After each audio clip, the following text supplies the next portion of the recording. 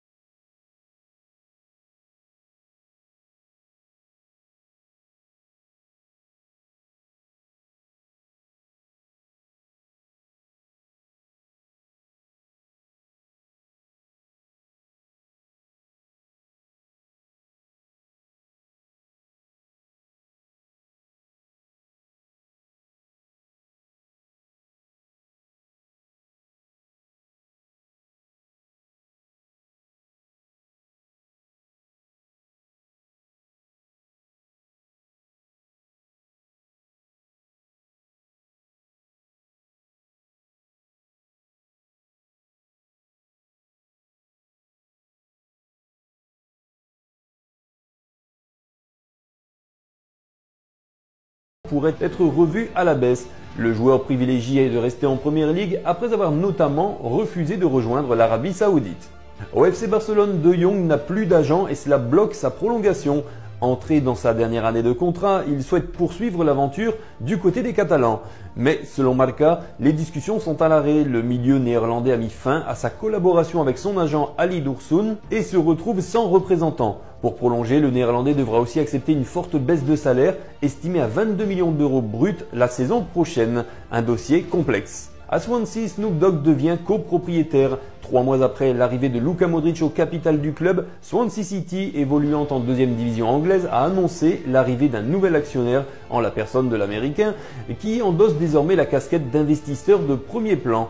Mon amour du football est bien connu, mais c'est un sentiment spécial pour moi de devenir propriétaire d'un club avec Swansea City, a réagi l'artiste de 53 ans.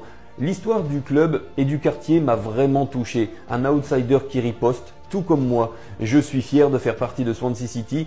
Je vais faire tout ce que je peux pour aider le club, a-t-il promis. Ballon d'or, Hervé Renard vote Achraf Hakimi. Il s'est révélé cette saison comme l'un des meilleurs atouts du PSG au point de s'inviter à la table des débats pour le Ballon d'or. Pour l'ancien sélectionneur du Maroc Hervé Renard, il mérite cette récompense.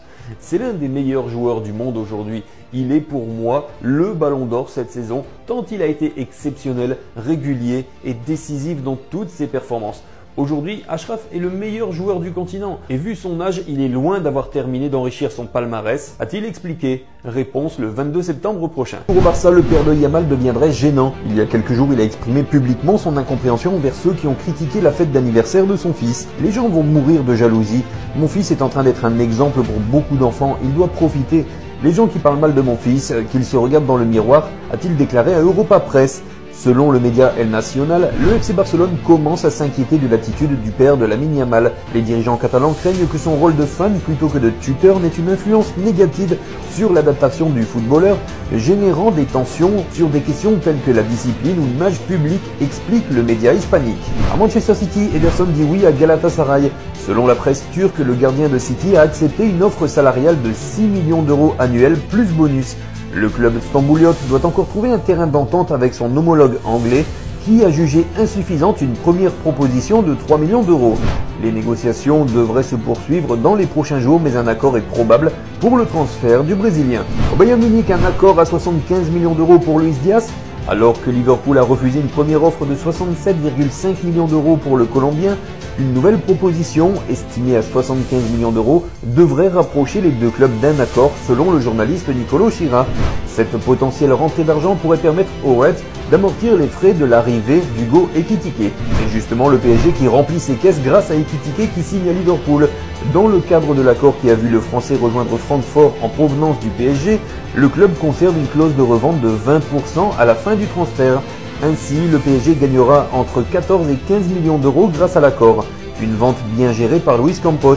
Ce transfert est un virage majeur dans la carrière d'Ekitike après son passage compliqué au PSG. Cette fois, il compte bien briller en Angleterre. Chelsea a encore un œil au FC Barcelone. D'abord intéressé par Fermin, les Blues auraient jeté leur dévolu sur Marc Casado, selon les informations de TDR Football. Âgé de 21 ans, le joueur du Barça est sous contrat jusqu'en 2028. Le club estimerait son jeune talent à 50 millions d'euros. Déjà international espagnol à 2 reprises, Casado suscite de plus en plus d'intérêt sur la scène européenne. Les négociations pourraient s'accélérer dans les prochains jours. Affaire à suivre. Au Real Madrid, Thibaut Courtois, l'exception madrilène. À 33 ans, le portier belge a reçu une prolongation de contrat jusqu'en 2027, alors que la politique du club impose des extensions annuelles aux joueurs ayant dépassé la trentaine. Le club a verrouillé son contrat pour 2 ans. Xabi Alonso, son entraîneur, l'a résumé sans détour. Thibaut Courtois est un de ces gardiens qui font gagner des matchs. Nous avons beaucoup de chance de l'avoir. Une déclaration qui semble justifier à elle seule cette prolongation anticipée, selon AS. À Al-Ahly, Riyad Mahrez ne voit pas le championnat saoudien dans le top 5. Je pense que les 5 grosses ligues européennes sont devant et après, on peut commencer à rivaliser avec les autres. Nous ne sommes pas trop loin, je pense, a-t-il expliqué. L'international algérien insiste sur le fait que le projet saoudien est construit sur une vision à long terme. Ceux comme moi qui sont arrivés, on est là au début de cette aventure. Nous sommes un peu des précurseurs, ajoute Mahrez, qui salue les progrès réalisés en 2 ans. Les Coupes du Monde des clubs des grands d'Europe ne sont plus champions du monde. Afin de mettre en valeur sa nouvelle Coupe du Monde des clubs, la FIFA a débaptisé l'ancienne. Manchester City, Liverpool, Manchester United, le Real Madrid et le FC Barcelone, entre autres, ne peuvent plus se prévaloir d'un titre de champion du monde des clubs. Ils ont pourtant remporté dans le passé cette compétition qui était annuelle jusqu'en 2023. La FIFA a en effet publié un communiqué et présenté Chelsea comme les tout premiers champions de la Club World Cup de la FIFA. Désormais, la FIFA débaptise tous les anciens titres de la Coupe du Monde des clubs en championnat intercontinental de la FIFA. Les anciens vainqueurs ne peuvent plus se gargariser d'un titre de champion du monde, mais seulement de celui de champion intercontinental.